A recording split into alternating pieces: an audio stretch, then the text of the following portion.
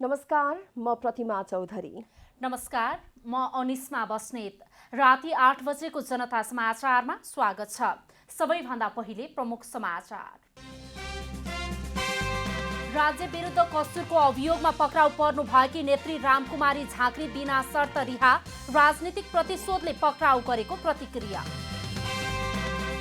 प्रतिनिधि सभा पुनर्स्थापना वा निर्वाचन दुवैको तयारीमा रहन कार्यकर्तालाई कांग्रेस सभापति देउबाको निर्देशन, विचाराधीन मुद्दामा नबोल्ने जिकिर। इन्धनको मूल्य वृद्धि फिर्ता नलिए आन्दोलन गर्ने यातायात व्यवसायीको चेतावनी, फागुन 8 गतेसम्मको अल्टिमेटम। भारत र चीन बीच विवादित सीमा क्षेत्र लद्दाखमा सम्झौता, प्याङ्गोङ तालको उत्तर र दक्षिण क्षेत्रमा सेनालाई पछि हटाउने सहमति। र राष्ट्रिय महिला लिग फुटबलमा वालिङ नगरपालिकाको सहज जित, चौदण्डीगढी 7-1 गोल अन्तरले पराजित।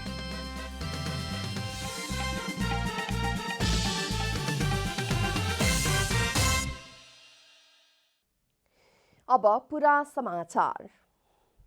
राज्य विरुद्ध कसुरको अभियोगमा पक्राउ पर्नुभएकी आन्दोलनरत नेपाल कम्युनिस्ट पार्टी नेकपाकी नेत्री रामकुमारी झाँक्री बिना शर्त रिहा हुनुभएको छ।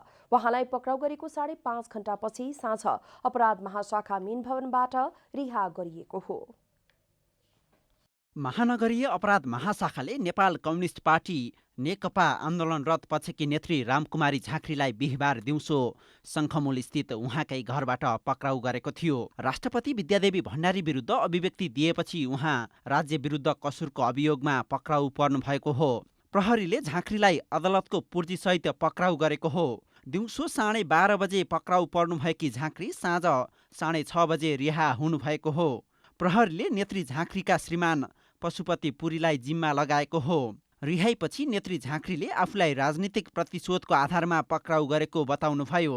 अब यसको बीचको प्रक्रिया त सरकारी प्रक्रिया होला, तर अब इन्ट्रेस्टको हिसाबले चाहिँ कसैले पनि प्रत्यक्ष जाहेरी नदिएको, पीडितले जाहेरी नदिएको विषयमा जब पक्राउ गरिन्छ नि त्यति बेला कार्यकारीकै प्रत्यक्ष दबाब अथवा इन्ट्रेस्टमै नागरिकलाई नियन्त्रण गर्ने गरिन्छ। त्यसकारण त्यो होइन भन्न सकिँदैन हो। झाँक्रीलाई पक्राउ गर्न प्रहरीलाई हम्मे परेको थियो। त्यस क्रममा विद्यार्थी तथा युवा नेताहरूले झाँक्री निवास अघि सरकार विरुद्ध नाराबाजी समेत गरेका थिए।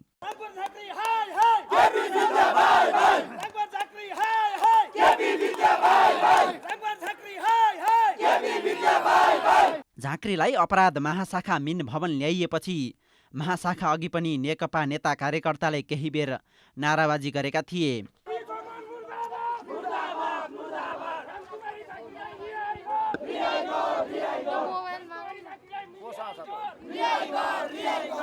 पक्राउपछि आक्रोशित देखिएका नेकपा आन्दोलनरत पछिका कार्यकर्ताले अभिव्यक्तिकै आधारमा पक्राउ गरिनु दुःखद भएको भन्दै त्यसको परिणाम राम्रो नहुने चेतावनी दिएका छन्। केपी ओली सरकारले पक्राउ जुन गरेको छ यो चाहिँ वाक स्वतन्त्रता र व्यक्तिगत स्वतन्त्रताको खिलाफमा छ। लोकतन्त्रमा गणतन्त्रमा आफ्ना अभिव्यक्तिहरू दिन पाइन्छ, आफ्ना मतहरू राख्न पाइन्छ, विरोधहरू गर्न पाइन्छ। त्यो गरे बापत रामकुमारी झाँक्रीलाई जसरी पक्राउ गरेको छ यस विषयमा देशव्यापी रूपमा युवा विद्यार्थीहरू रामकुमारी झाँक्रीको पक्षमा हुनुहुन्छ। जो त्यो 62-63 को आन्दोलनमा रत्न पार्कमा आफ्नो टाउको फुटाएर प्राप्त गरेको लोकतान्त्रिक गणतन्त्रात्मक व्यवस्थामाथि धावा बोल्ने गरी आज राज्यले चाहिँ रामकुमारी झाँक्रीलाई चाहिँ राज्यको कसुर लगाएर उहाँलाई जसरी पुलिसले समातेर आज उहाँलाई हिरासतमा ल्याएको छ, यो कदमको हामी नेपाली युवा विद्यार्थीहरूको तर्फबाट घोर भर्त्सना गर्न चाहन्छौँ। झाँक्रीको पक्राउको विरोधमा माइतीघर मण्डलामा विरोध प्रदर्शन समेत गरिएको थियो। झाँक्रीको पक्राउले वाक स्वतन्त्रता हनन भएको भन्दै विभिन्न राजनीतिक दलका शीर्ष नेताहरूले विरोध जनाएका थिए। क्यामेरा ब्युरोका साथ ऋषि खतिवडा, काठमाडौँ। नेपाल कम्युनिस्ट पार्टी नेकपा आन्दोलनरत पक्षका अध्यक्ष पुष्पकमल दाहालले प्रधानमन्त्रीको ठाडो आदेशमा नेत्री रामकुमारी झाँक्रीलाई पक्राउ गरिएको बताउनु भएको छ। आज पार्टी कार्यालय पेरिसटाडामा आयोजित आदिवासी जनजाति मगर संघ नेपालको राष्ट्रिय भेलालाई सम्बोधन गर्दै अध्यक्ष दाहालले प्रधानमन्त्रीले नेत्री झाँक्रीलाई पक्रन आदेश दिएको दावी गर्नुभयो। झाँक्रीलाई पक्राउ गरेको घटनाले सरकारले उत्पीडित वर्ग जातिका प्रतिनिधिमाथि नै निशाना बनाएको भन्दै अध्यक्ष दाहालले त्यसविरुद्ध एकजुट हुन आह्वान समेत गर्नुभयो। प्रधानमन्त्रीको ठाडो आदेशमा पुलिसलाई पक्रिनै पर्यो, जसरी पनि पक्र भनेको छ भन्ने थियो। हामीले रोक्न बल गऱ्यौँ हिजो बेलुकादेखि अहिले बिहानसम्म पनि जबरजस्ती कमरेड रामकुमार झाँक्रीलाई पक्राउ गरेर लिएर गएका छन्। जातिको प्रतिनिधित्वका लागि आफूले प्राप्त गर्न सके जति उपलब्धि प्राप्त गरेको भन्दै उहाँले थप उपलब्धिका लागि प्रयासरत रहनुपर्ने बताउनुभयो। कुनै एउटा वर्गको विचारले सम्पूर्ण रूपमा जितेर आएको संविधान नभएकाले केही राम्रा र केही नराम्रा पक्ष पनि रहेको भन्दै उहाँले जित्ने र हार्नेका बीचको सम्झौताको रूपमा बुझिदिन पनि आग्रह गर्नुभयो। संविधान बनाउँदा एउटा वर्गको विचारले अथवा एउटा जातीय मूर्ति राष्ट्रिय मूर्तिको विचारले सम्पूर्ण रूपले जितेर आएको संविधान होइन। यो चाहिँ केही जितेको केही नजितेको बीचमा जित्ने र नजित्नेहरूको बीचमा सम्झौता गरेर बनाइएको संविधान हो। त्यसकारण यहाँ केही असाध्य राम्रा प्रगतिशील प्रोभिजनहरू प्रावधानहरू पनि छन् र केही चाहिँ नहुन पर्ने पनि छन्। अध्यक्ष दाहालले विगतमा भन्दा तुलनात्मक रूपमा स्थानीय तहदेखि केन्द्रसम्मको प्रतिनिधित्व कायम गर्न सक्नु पनि उपलब्धि नै भएको भन्दै त्यस प्रकारको उपलब्धि जोगाइ राख्नका लागि सरकारको प्रतिगमन विरुद्ध एकजुट हुन अपिल गर्नुभयो। नेपाल कम्युनिस्ट पार्टी नेकपा आन्दोलनरत पक्षका अध्यक्ष माधवकुमार नेपालले प्रधानमन्त्री केपी शर्मा ओलीले द्वन्द्व निम्त्याउन खोजेको बताउनु भएको छ। आज काठमाडौँमा आयोजित प्रशिक्षण भेला कार्यक्रमलाई सम्बोधन गर्दै अध्यक्ष नेपालले छापामार शैलीमा नेत्री रामकुमारी झाँक्रीलाई पक्राउ गरेर ओलीले द्वन्द्वलाई निम्त्याएको बताउनु भएको हो। तत्कालीन शाही शासनकालमा पनि राज संस्थाका पदाधिकारीमाथि टिक्का टिप्पणी हुने गरेको र त्यसो गरे बापत कसैलाई पक्राउ नगरिएको भन्दै उहाँले वर्तमान सरकारले भने दिन दहाडै हतियार सहितका प्रहरी पठाएर झाँक्रीलाई पक्राउ गर्ने काम गरेको बताउनुभयो। संसदमा सरकारको नीति र कार्यक्रम प्रस्तुत गर्दाखेरि मेरो सरकार भनेर बोलेको होइन। राजाको शासनमा आफू श्री 5 भएको हुनाले श्री 5 को सरकार भने जस्तै अब मेरो सरकार भन्न पाइन्छ?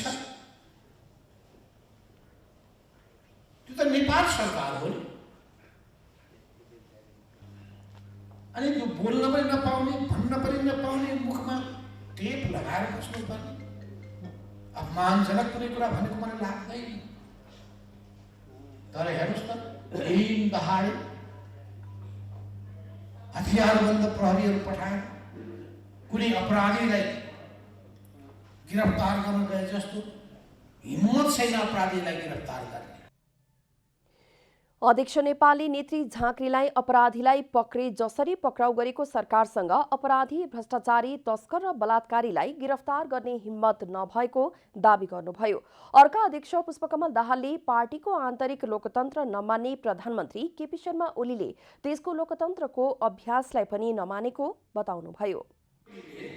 बैठक बस्न पनि नचाहने, बहुमतको निर्णय पनि मान्न तयार नहुने, उहाँले त सचिवालयको बहुमत मान्न तयार नहुने, स्थायी समितिको बहुमत मान्न तयार नहुने, केन्द्रीय समितिको बहुमत मान्न तयार नहुने, बैठक बस्नु पर्यो भन्दा मैले पछिल्लो चोटिको म कमरेडलाई भनेको छु धेरैचोटि, सचिवालयको बैठक बस्नु पर्यो भनेको मलाई उहाँले दिएको जवाब चाहिँ तपाईँले बाहुबली पाइहाल्नुभयो, वामदेव जस्तो बाहुबली, माधव जस्तो बाहुबली, झलनाथ खनाल जस्तो बाहुबली, नारायण काजी जस्तो बाहुबली, अब किन यहाँ बैठक गर्नु पर्यो? खुमलतारमै बैठक बस्नु, निर्णय गर्नुहोस्, उहाँले दिएको जवाब हो यो। अध्यक्ष दाहालले प्रधानमन्त्री ओलीले पूर्व एमाले आफू र पूर्व माओवादी पुष्पकमल दाहाल भएको भन्दै सर्वसाधारणमा भ्रम छर्ने काम गरेको आरोप पनि लगाउनुभयो। नेपाली कांग्रेसका सभापति शेरबहादुर देउवाले प्रतिनिधि सभा विघटनको मुद्दा अदालतमा विचाराधीन रहेकाले यसबारेमा आफ्नो पार्टीले अहिले बोल्न नमिल्ने बताउनु भएको छ। निर्वाचनबाट सरकार बनाउनु पर्ने व्यवस्थामा कांग्रेस तयार रहेको पनि देउवाको भनाइ छ।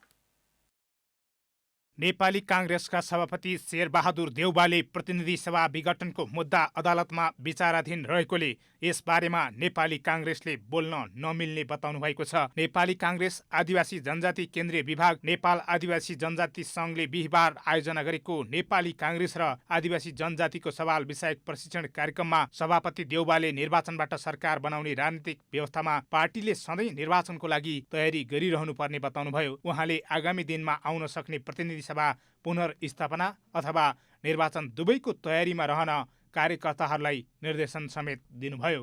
अदालतमा मुद्दा छ, हेर्नुहोस्, अदालतलाई चाहिँ जुलुस निकालेर नारा लगाएर चाहिँ यही गर्नु भन्नु बुझ्दैन, हाम्रो पार्टी गर्दैन। अदालतमा विचाराधीन मुद्दामा यही गर उही गर भनेर हामीले जुलुस निकालेर अदालत काम के हो? अदालत के चाहियो? अदालत के चाहियो? प्रतिनिधि सभा विघटन असंवैधानिक भए पनि निर्वाचनलाई असंवैधानिक भन्न नमिल्ने काङ्ग्रेस उपसभापति विमलेन्द्र निधिको भनाइ छ। प्रधानमन्त्री केपी शर्मा ओलीको असंवैधानिक कदमको उपचार प्रतिनिधि सभाको पुनर्प्राप्ति नै भएको भन्दै निर्वाचन वा पुनर्स्थापनाबाट नै संविधानलाई लिकमा ल्याउन सकिने निधिको दाबी छ। प्रतिनिधि सभाको विघटन भनेको असंवैधानिकै हो, किनभने संविधानमा लेखेको छैन विघटन गर्ने अधिकार। तर निर्वाचनको कुरा त संविधानमा लेखिएको छ नि त, त्यसकारण त्यो संवैधानिक हो। कम्युनिस्टहरूले निर्वाचन जितेसम्म नेपालमा समृद्धि नआउने बताउँदै सहमहामन्त्री डाक्टर प्रकाशरण महतले कम्युनिस्टले निर्वाचन जितेसम्म जनजाति र संस्कृतिको सशक्तिकरण पनि नहुने आरोप लगाउनुभयो। नेपालमा जबसम्म कम्युनिस्ट विचारधारा असफल विचारधारा हो, यसले जनतालाई इम्पावर गर्दैन, पछाडि परेको वर्ग समूहलाई इम्पावर गर्दैन। हामीले देखेका छौँ त, जहाँ कम्युनिस्ट शासन सत्ता रह्यो त्यहाँको जनजाति नेसनालिटिजहरूलाई सम्मान गरियो, त्यसको उत्थान भयो, त्यसलाई त सप्रेसनमा राखियो। नेताहरूले नेपाली काङ्ग्रेस मात्रै समावेशी पार्टी भएको दाबी गर्दै आदिवासी जनजातिहरूलाई आफ्नो पक्षमा ल्याउनु पर्ने आवश्यकता रहेकोमा जोड दिएका थिए। प्रतिनिधि सभा विघटन विरुद्धको रिटमाथि रिट निवेदक र सरकारी वकिलका तर्फबाट बहस सकिएको छ। आज सरकारी र सभामुख अग्नि सापकोटाका तर्फबाट बहस भएको हो। प्रधान न्यायाधीश चोलेन्द्र शमशेर राणाले सर्वोच्च अदालतको संवैधानिक इजलासमा शुक्रबारसम्ममा बहस सक्न समय दिए पनि भोलि सोनाम लोसारको सार्वजनिक बिदा परेकाले आजै बहस सकिएको हो। सरकारी पक्षको बहस गत माघ 19 गतेदेखि सुरु भएको थियो। यसअघि प्रतिनिधि सभा विघटन विरुद्धका 13वटा रिट निवेदकका पक्षबाट 72 जना कानुन व्यवसायीले 13 दिन बहस गरेका थिए।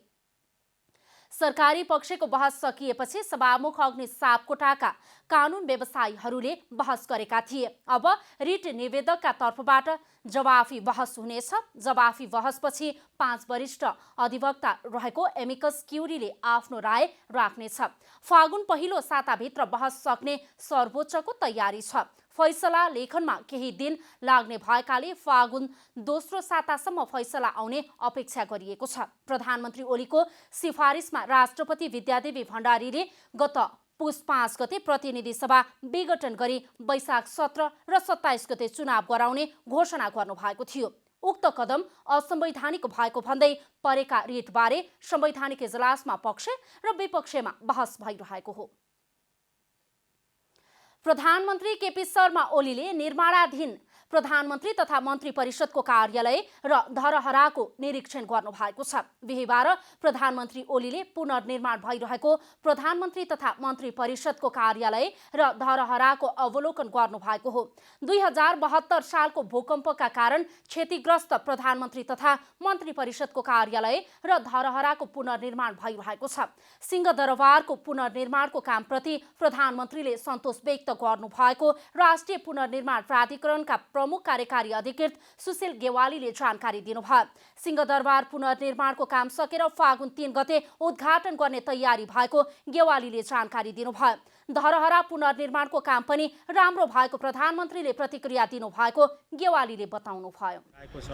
सिंहदरबारको पुनर्निर्माणको काम अगाडि बढाएको छ, त्यसप्रति सम्माननीय प्रधानमन्त्रीज्यूले सन्तोष व्यक्त गर्नुभयो र यसको साथसाथै चाहिँ हामीले सिंहदरबारको पुनर्निर्माणको काम सम्पन्न गरेर यही फागुन 3 गतेका दिन त्यसको उद्घाटन गर्ने कार्यक्रम रहेको छ। धरहराको 21 तलासम्मको पुनर्निर्माणसम्मको काम सम्पन्न भइसकेको र बाँकी रहेको 2 तलाको निर्माण कार्य फागुन महिनाभित्रै सम्पन्न गर्ने गरी काम अघि बढेको प्रमुख कार्यकारी अधिकृत गेवालीले जानकारी दिनुभयो। शहरी विकास मन्त्री प्रभु शाहले सरकारले निर्वाचन केन्द्रित गरेर काम कारबाही अगाडि बढाएको बताउनु भएको छ। आज शहरी विकास मन्त्रालयले गरेको कामहरूबारे जानकारी दिन आयोजित पत्रकार सम्मेलनमा बोल्दै मन्त्री शाहले सरकारको पहिलो प्राथमिकता निर्वाचन भएकाले निर्वाचनलाई नै केन्द्रित गरेर आफ्नो काम कारबाही अगाडि बढाएको बताउनुभयो। सरकारको निर्धारित कार्यक्रमलाई प्रभावकारी बनाउने गरी सरकार अघि बढेको उहाँको भनाइ छ। त्यसैगरी सरकारको प्राथमिकतामा सुरक्षित नागरिक आवास कार्यक्रम र जनता आवास कार्यक्रम रहेको पनि उहाँले बताउनुभयो। यी 2 कार्यक्रमलाई प्रभावकारी बनाउन विशेष गरी निर्माणाधीन कामलाई पहिलो प्राथमिकता दिएर अगाडि बढाउन निर्देशन दिइसकेको उहाँले बताउनुभयो। जनता आवासको हकमा खर्चलाई अझ प्रभावकारी बनाउन भन्ने एउटा, त्यसलाई किस्तामा रकम उपलब्ध गराउने ताकि एउटा प्रेसर बनोस् र रिपोर्ट पनि सङ्कलन होस् भन्ने एउटा। तर कयौँ प्रदेशहरूमा कर्मागत र निर्माणाधीन प्रोजेक्टलाई घरलाई छोडेर नयाँतिर अलि बढी लागेको हामी पाएपछि हामीले पहिलो निर्माणाधीनलाई सम्पन्न गर्नुहोस् अनि मात्र नयाँतिर अगाडि बढ्नुहोस् भन्ने टाइपको निर्देशन हामी दिएका छौँ। मन्त्री शाहले नयाँ शहरको डीपीआर पूरा हुँदै गरेकाले एक प्रदेशमा एक स्मार्ट सिटी निर्माणकै तहमा पुर्याउने गरी अघि बढेको पनि बताउनुभयो। नेपाल कम्युनिस्ट पार्टी क्रान्तिकारी माओवादीका महासचिव मोहन वैद्यले प्रतिनिधि सभाको विघटन संसदीय व्यवस्थाको असफलताको अभिव्यक्ति भएको बताउनु भएको छ। 4 कम्युनिस्ट पार्टीहरूको रणनैतिक संयुक्त मोर्चा घोषणा कार्यक्रममा महासचिव वैद्यले सरकारले समाजवाद र समृद्धिको कुरा गरे पनि साम्राज्यवादी नवउदारवादको सिरानी हालेको बताउनुभयो। नेपालमा संसदीय व्यवस्था असफल भएको र त्यसको फाइदा लिन वैदेशिक प्रतिक्रियावादी शक्तिहरू लागेको वैद्यको भनाइ छ। संसदीय व्यवस्था असफल भइसकेको छ। यो ओलीको यो प्रदेशमा विघटन मात्रै होइन, टोटल पुरै एउटा संसदीय व्यवस्था नै असफलताको द्योतकको विपरीत घटना। मोहन वैद्य नेतृत्वको नेकपा क्रान्तिकारी माओवादी, विप्लव नेतृत्वको नेकपा, ऋषिराम कटेल नेतृत्वको नेपाल कम्युनिस्ट पार्टी र आहुति नेतृत्वको वैज्ञानिक समाजवादी कम्युनिस्ट पार्टी नेपालले रणनीतिक संयुक्त मोर्चा घोषणा गरेका छन्। मोर्चाले वर्तमान प्रतिक्रियावादी राज्य सत्ताको अन्त्य, संसदीय व्यवस्थाको अन्त्य गरी जनगणतन्त्र र वैज्ञानिक समाजवाद स्थापना गर्ने उद्देश्य राखेको वैद्यले जानकारी दिनुभयो। देशमा ठूलो मात्रामा युवा जनशक्ति रहेको छ। विकासको संवाहक युवा जनशक्तिको दुरुपयोग हुँदा उत्पादनशील काममा लाग्ने समय समेत खेर गइरहेको छ। पछिल्ला दिन दैनिक जसो भइरहेका राजनीतिक शक्ति प्रदर्शनमा सर्वसाधारण जनता, विशेष गरी युवा जनशक्ति सडकमा परिचालन भएका छन्। ऊर्जाशील युवाहरू जसरी सडकमा दिनभर नेताहरूको अघि पछि लागेर समय खेर फालिरहेका छन्। उत्पादनशील क्षेत्रमा सदुपयोग गर्नुपर्ने श्रम शक्ति सडक प्रदर्शनमा दुरुपयोग भइरहेको विश्लेषण हुन थालेको छ। यो पुरानै शैली हो, त्यसैलाई अब अहिलेसम्म चलेको छ। अब यो त्यो परम्परा तोडिएको छैन। त्यसले गर्दाखेरि अब त्यो भिड जम्मा गर्छन्, तर सधैँ कति दिन भिड गर्ने, आज भोलि भिड गर्छन्, फेरि अर्कोले गर्ला, कति दिन सधैँ जनता त आउँदैन नि फेरि। अब त विश्लेषकका अनुसार पटक पटक राजनीतिक अस्थिरता र बन्द हडताल खेप्दै आएको देशको अर्थतन्त्रलाई समृद्धितर्फ लैजान जागरुक हुनुपर्ने युवा शक्ति पार्टीको झण्डा र नाराबाजीमै दिन बिताउनु मुलुकका लागि सुखद पक्कै पनि होइन। जुलुसमा 500 मान्छे ल्याउनु भनेर यिनीहरूले आदेश गरेर ती मान्छे आउँछन्। तिनै मान्छेलाई चित्त बुझाएर 500 मान्छेले यो काम गरौँ है त, बाटो बनाऊँ है, वृक्षारोपण गरौँ है, नदी सफा गरौँ है, त्रिशुली मैलो भइराखेको छ नि, गरौँ है भनौँ भने पनि गर्छन् नि। यिनीहरूले प्रशिक्षण अवेरनेस दियो भने त्यो पक्ष चाहिँ कमजोर भएको छ। त्यसो हुनाले सिधा जनताहरूलाई, सोझा जनताहरूलाई रियालिटीको ग्राउन्ड लेभलमा नलगिकन सतहबाट बुद्धि फुट्ने काम भएको छ। युवाहरू वास्तविक अर्थमा देश र समाजका सबै खाले परिवर्तनका संवाहक हुन्। देशको सामाजिक, आर्थिक, राजनीतिक जस्ता सबै खाले विकासमा युवालाई नै निर्माणका आधार मान्न सकिन्छ।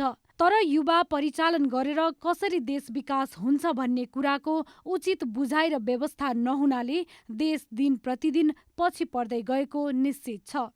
जुन ऊर्जा थियो युवाहरूमा, यसलाई कुनै रचनात्मक काममा लगाउन पाएको भए ठुलो उन्नति हुन्थ्यो। नेपालको बाटो खन्ने कामहरू थिए, खोला नदी सफा गर्ने कामहरू थिए, अन्य विकास निर्माणका कामहरू थिए। ती नगरेर हामीले जुन उहाँहरूलाई चाहिँ गाउँ गाउँदेखि ल्याएर विकासका पैसाहरू त्यसमा खर्च गरेर उहाँहरूको यातायात, यहाँ बस्दाको खर्च आदि इत्यादिमा गरेर एक दिनको नेपाल बन्दले गर्दाखेरि झन्डै अरबौँको नोक्सानी हुन्छ नेपाललाई। त्यो किसिमको बाटोमा हामी गइरहेका छौँ। देशमा अहिलेसम्म पनि युवा लक्षित नीति र कार्यक्रमहरू निकै कम छन्। यसको अर्थ सरकार र राजनीतिक नेतृत्व अझै पनि युवा मैत्री बन्न नसकेको विश्लेषकहरूको भनाइ छ। योजनाबद्ध विकास निर्माण प्रक्रियामा युवाहरूको सकारात्मक र अर्थपूर्ण सहभागिता भएमा देश विकास र समृद्धिले फड्को मार्ने देखिन्छ। क्यामेरामा प्रदीपमान सिंहका साथ रूपा घिमिरे, काठमाडौँ। यातायात व्यवसायीले पेट्रोलियम पदार्थको मूल्य वृद्धि तत्कालै फिर्ता लिन सरकारसँग माग गरेको छ। नेपाल यातायात व्यवसायी राष्ट्रिय महासंघले बिहीबार एक विज्ञप्ति जारी गर्दै बढेको मूल्य वृद्धि फागुन 8 गतेभित्र फिर्ता लिन सरकार समक्ष अनुरोध गरेको हो। मूल्य वृद्धि फिर्ता नभए आन्दोलन गर्ने व्यवसायीको चेतावनी छ। सवारी साधनसँग सम्बन्धित च्यासिस, पाटपुर्जा, लुब्रिकेन्ट्स लगायतमा अत्याधिक मूल्यवृद्धि भएको, तर कर, रुट इजाजत, दस्तुर, जाँच पास, बिमा, प्रिमियम लगायत सरकारबाट कुनै राहत, छुट, सुविधा सरकारले उपलब्ध नगराएको व्यवसायीहरूले गुनासो गरेका छन्। सरकारबाट 2065 फागुन 20 गतेदेखि लागू हुने गरी प्रत्येक आर्थिक वर्षमा भाडा अनिवार्य रूपमा स्वतः यातायात व्यवस्था विभागबाट समायोजन गर्नुपर्ने अवस्था भए तापनि हालसम्म नगरिएको उनीहरूको भनाइ छ। नेपाल आयल निगमले बुधबार राति 12 बजेदेखि लागू हुने गरी डिजेल र पेट्रोल 2 रुपैयाँ प्रति लिटर मूल्य बढाएको थियो। कोरोना भाइरसको संक्रमणका कारण पछिल्लो 24 घण्टामा देशभर थप 5 जनाको मृत्यु भएको छ। स्वास्थ्य मन्त्रालयका अनुसार नेपालमा अहिलेसम्म कोरोनाका कारण मृत्यु हुनेको संख्या 2052 पुगेको छ। यस्तै 24 घण्टामा 3023 जनाको PCR परीक्षण गर्दा 81 जनामा कोरोना संक्रमण पुष्टि भएको छ। अहिलेसम्म संक्रमण पुष्टि हुनेको संख्या 2,72,430 पुगेको मन्त्रालयले जनाएको छ। यस्तै थप 111 जना निको भएर डिस्चार्ज भएसँगै कोरोना संक्रमण मुक्त हुनेको संख्या 2,68,660 पुगेको छ। हाल 1,718 जना आइसोलेसनमा रहेको मन्त्रालयको तथ्याङ्क छ। अब आर्थिक समाचार।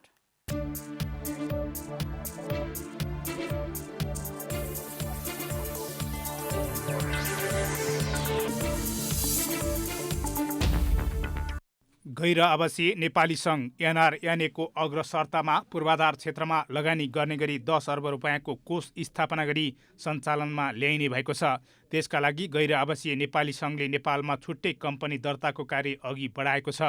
अर्थ मन्त्रालयमा बसेको बैठकमा एनआरएनए मार्फत स्थापना हुने कम्पनी मार्फत कोषमा नेपाल सरकारको तर्फबाट पूर्व सहमति बमोजिम 5% लगानी गर्ने निर्णय भएको छ। अर्थमन्त्री विष्णुप्रसाद पौडेलले तत्काल कोष सञ्चालन गर्न रकमसहित आवश्यक अन्य सहयोग गर्ने बताउँदै 1 हप्ताभित्र कम्पनीको दर्ता प्रक्रिया टुङ्गो लगाएर काम सुरु गर्न सङ्घका अध्यक्ष कुमार पन्तलाई आग्रह गर्नुभयो। सङ्घका अध्यक्ष पन्तले अहिले कम्पनी दर्ताको प्रक्रिया रहेको बताउँदै छिट्टै दर्ता सकेर काम सुरु हुने बताउनुभयो। पन्तका अनुसार कम्पनीमा एनआरएनएको 10% सेयर रहनेछ भने विदेशमा रहेका नेपालीहरूको 85% सेयर हुनेछ। गैर आवासीय नेपालीहरूले लगानीका लागि आइपिओ समेत जारी गर्ने जनाएका छन्। नेपाल राष्ट्र ब्याङ्कका गभर्नर महाप्रसाद अधिकारीले स्वदेशी श्रम र सिपलाई प्रवर्धन गर्न सुनचाँदी व्यवसायीलाई आग्रह गर्नुभएको छ। ठूलो जनशक्ति रोजगारीका लागि विदेश पलायन हुनुपरेको विद्यमान अवस्थामा पनि नेपालका कयौं क्षेत्रमा अझै पनि विदेशी कालीगढको बाहुल्यता रहेको उल्लेख गर्दै उहाँले स्वदेशमा नै पर्याप्त तालिमको व्यवस्था गरी रोजगारी प्रवर्धन गर्न आग्रह गर्नुभयो। नेपाल सुनचाँदी व्यवसायी महासङ्घका प्रतिनिधि मण्डलसँगको छलफलमा गभर्नर अधिकारीले सुनचाँदीको क्षेत्रमा काम गर्नका लागि पर्याप्त मात्रामा स्वदेशी कालीगढ उत्पादन गर्न र विदेशी कालीगढलाई विस्थापित गर्न सुझाव दिनुभयो। उहाँले स्वदेशी कालीगढ उत्पादनका लागि आवश्यक पर्ने सिप विकास र तालिमका लागि राष्ट्र ब्याङ्कले समेत सहयोग गर्ने प्रतिबद्धता व्यक्त गर्नुभयो। एक तथ्याङ्क अनुसार नेपालको सुनचाँदी क्षेत्रमा मात्रै 70,000 विदेशी कालीगढले काम गर्दै आएका छन्। गभर्नर अधिकारीले भुक्तानीमा डिजिटल प्रणाली अर्थात् क्युआर कोड लागू गर्न समेत जोड दिनुभयो। महासङ्घका अध्यक्ष माणिक रत्न साक्यले व्यवसाय सञ्चालनका दौरानमा आइपरेका समस्याहरू जानकारी गराउँदै तिनलाई हल गर्नका लागि पहल गर्न गभर्नर अधिकारीसँग आग्रह गर्नुभयो। बिहिबार सुनको मूल्य तोलामा 400 रुपियाँले घटेको छ। बजारमा छापावाला सुन प्रति तोला 91,500 रुपियाँमा कारोबार भएको नेपाल सुनचाँदी व्यवसायी महासङ्घले जनाएको छ। बुधबार छापावाला सुन प्रति तोला 91,900 रुपियाँमा कारोबार भएको थियो। बिहिबार तेजाबी सुन प्रति तोला 91,000 रुपियाँमा कारोबार भएको छ। चाँदीको मूल्य पनि तोलामा 25 रुपियाँले घटेर प्रति तोला 1,315 रुपियाँमा कारोबार भएको छ। अन्तर्राष्ट्रिय बजारमा सुन प्रति औँस $1,836 हाराहारीमा कारोबार भइरहेको छ। साताको अन्तिम कारोबार दिन बिहिबार शेयर बजार परिसूचक नेप्से दोहोरो अङ्कले घटेको छ। नेप्से 16.11 अङ्कले घटेर 2,526.92 अङ्कमा आइपुगेको छ। बजारमा क वर्गका परिसूचकको मापन गर्ने सेन्सेटिभ इन्डेक्स 1.66 अङ्कले घटेको छ। बजारमा वाणिज्य ब्याङ्क, विकास ब्याङ्क र म्युचुअल फन्ड समूहको परिसूचकमा सुधार आएको छ। बाँकी सबै समूहको परिसूचकमा गिरावट आएको छ। बिहिबार बजारमा 206 कम्पनीका 1,60,58,458 किता सेयर 72,737 पटक खरिद बिक्री हुँदा 8 अर्ब 41 करोड रुपियाँ बराबरको कारोबार भएको छ।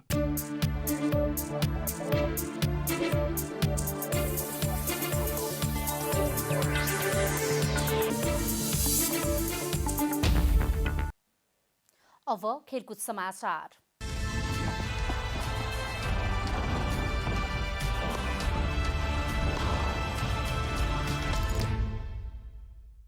राष्ट्रिय महिला लीग फुटबलमा स्याङ्जाको वालिङ नगरपालिकाले सहज जित निकालेको छ। सातो बाटो स्थित इन्फा कम्प्लेक्समा आज भएको खेलमा वालिङले उदयपुरको चौदण्डीगढी नगरपालिकालाई 7-1 गोल अन्तरले पराजित गरेको हो। वालिङको जितमा क्यामरुनी खेलाडी मेथो रुथले ह्याट्रिक सहित 5 गोल गरिन्। चौदण्डीकी अञ्जना थुलुङले 1 गोल फर्काइन्। खेलको 25औं मिनेटमा रुथुले गोल गर्दै वालिङलाई अग्रता दिलाएकी थिइन्। तर खेलको 32औं मिनेटमा अञ्जनाले गोल गर्दै चौदण्डीलाई 1-1 गोलको बराबरीमा ल्याएकी थिइन्। खेलको 34औं मिनेटमा रुथुले व्यक्तिगत दोस्रो गोल गर्दा वालिङले 2-1 को अग्रता बनाएको थियो। खेलको 44औं मिनेटमा रुथुले ह्याट्रिक पूरा गरेपछि पहिलो हाफमा वालिङ 3-1 ले अघि सरेको थियो। दोस्रो हाफमा वालिङले थप 4 गोल गर्यो। खेलको 72औं मिनेटमा नाइलीले व्यक्तिगत दोस्रो गोल गरेपछि वालिङले 7-1 को सहज जित निकालेको थियो। लिगमा यो वालिङको चौथो जित हो। जितसँगै वालिङले 9 खेलमा 18 अङ्क जोडेको छ। वालिङ लिगको तेस्रो स्थानमा रहेको छ भने चौदण्डीको यो 9औं हार हो। होङ्गवान्जी न्यू डायमन्ड स्पोर्ट्स क्लबले पोखरामा जारी टाइगर कप आमन्त्रित राष्ट्रिय क्लब भलिबल च्याम्पियनसिपको महिलातर्फ लगातार दोस्रो जित निकालेको छ। पोखरा रङ्गशालामा बिहिबार भएको खेलमा विभागीय टिम नेपाल पुलिस क्लबलाई 3-1 को सेटमा पराजित गर्दै न्यू डायमन्डले लगातार दोस्रो जित निकालेको हो। जितसँगै न्यू डायमन्डले 2 खेलमा 5 अङ्क जोडेको छ भने फाइनलमा पुग्ने सम्भावना पनि बलियो बनाएको छ।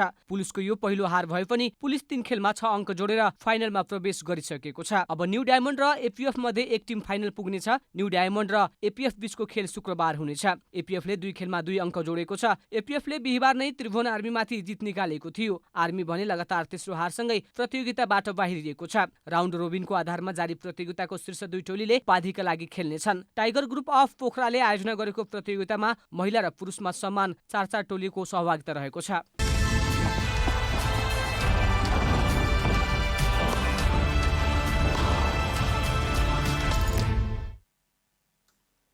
अब मौसम समाचार।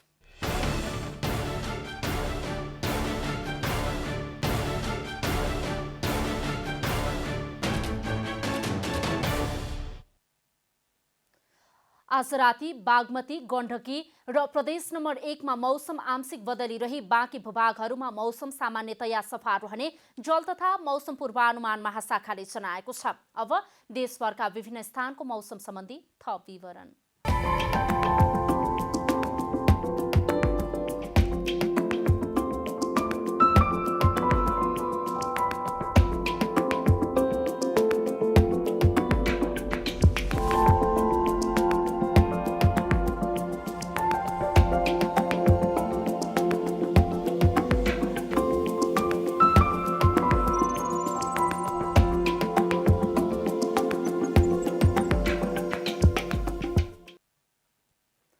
अन्त्यमा आजको डायरी।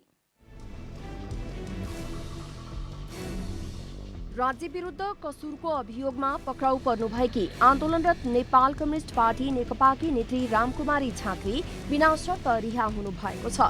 उहाँलाई पक्राउ गरेको 5.5 घण्टापछि साँझ अपराध महाशाखा मेन भवनबाट रिहा गरिएको हो। रिहाईपछि नेत्री झाँक्रीले आफूलाई राजनीतिक प्रतिशोधको आधारमा पक्राउ गरिएको बताउनुभयो।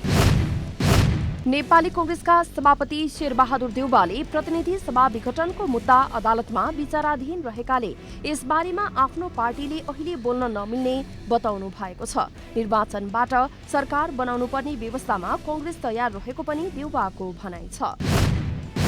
प्रधानमन्त्री केपी शर्मा ओलीले निर्माणाधीन प्रधानमन्त्री तथा मन्त्री परिषदको कार्यालय र धरहराको निरीक्षण गर्नुभएको छ। सिंहदरबार पुनर्निर्माणको काम सकेर फागुन 3 गते उद्घाटन गर्ने तयारी भएको राष्ट्रिय पुनर्निर्माण प्राधिकरणका प्रमुख कार्यकारी अधिकृत सुशील गेवालीले जानकारी दिनुभयो। अमेरिकाले कुगर्ने म्यानमारका सैनिक नेताहरूमाथि प्रतिबन्ध लगाएको छ। अमेरिकी राष्ट्रपति जो बाइडेनले कुगर्ने म्यानमारका सैनिक नेताहरूमाथि प्रतिबन्ध लगाउने कार्यकारी आदेशमा हस्ताक्षर गर्नुभएको हो। प्रतिबन्ध सैनिक नेता, उनीहरूका परिवारका सदस्य र सेनासँग सम्बद्ध व्यापार व्यवसायप्रति लक्षित छ। राष्ट्रिय महिला लीग फुटबलमा स्याङ्जाको वालिङ नगरपालिकाले सहज जित निकालेको छ। सादोबाटो स्थित इन्फा कम्प्लेक्समा आज भएको खेलमा वालिङले उदयपुरको चौदण्डी गढी नगरपालिकालाई 7-1 गोलन्तरले पराजित गरेको हो। जितसँगै वालिङले 9 खेलमा 18 अङ्क जोडेको छ। वालिङ लीगको तेस्रो स्थानमा छ भने चौदण्डीको यो 9औं हार हो।